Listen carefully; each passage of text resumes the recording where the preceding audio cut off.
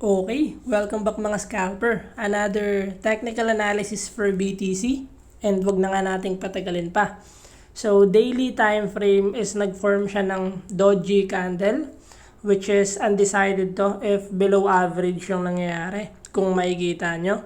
So silipin natin yung possible scenario sa lower time frame. So what happened is nag-break siya dito and maraming nag-short dyan, then umakyat lang rin. Meron akong i-share na life hacks dito sa trading na dapat nyong iwasan.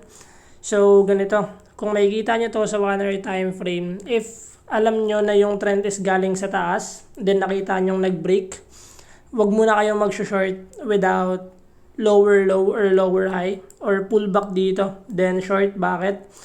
Kalimitan dyan, nagiging liquidation lang yan sa taas. So for example, kung makikita nyo, paulit-ulit natin sinashare yung ganitong chart, which is naging support to, then na-break to, then waiting for pullback, then kalimitan dito mag-short na, then mangyayari lilipad lang. So if makikita nyo na galing sa taas, don't ever short. Pwede kayong mag-take ng short position sa confirmation break nitong support area dito. Since masyado pang risk and 50-50 yung possibility na mag-short dito.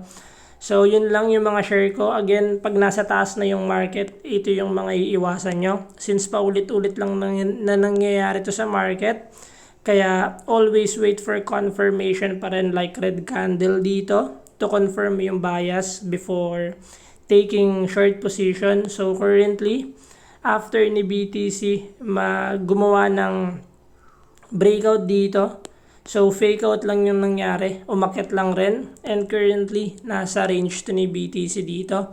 So what we expect is kung saan yung breakout, possible doon yung direction ni BTC.